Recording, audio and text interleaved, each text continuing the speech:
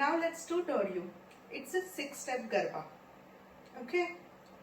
For this, basically, we do our back, front and circle.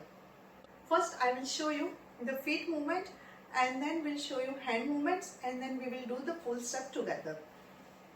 For first step, it's a right foot. Okay. So it's 1 and for 2, my left would be together but I will be on my back. This is my 2 position. Now I'll repeat this 1 and 2 as 3 and 4 but from back to come to the front. So for 2 I'm in this position. Again my right foot 3 and when 4 will follow I will come front. Okay. Don't get confused. While turning to back I will go from my right. Again while coming back from back to front I will come from my right.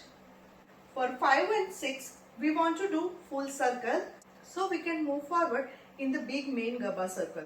When I am taking 4th step, again my feet are together. For 5th step I'll take my right, okay, and while taking my right foot I will be move to the left. Okay, so that will help me to complete my full circle in the 6th step. Okay, so it's 5, my body is moving to left. For 6, my left foot will take big turn and it will come in the front position. So when you have completed your 6th step, your left foot should be in the front. Okay, let's do 5, 6 again.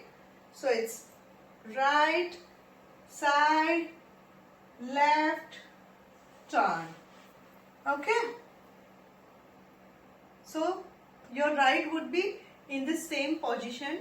6 would take a lead and come in the front. Now for the hand movement, for 1, 3 and 5 we'll do clap. For 2, 4, 6 we will do free hand.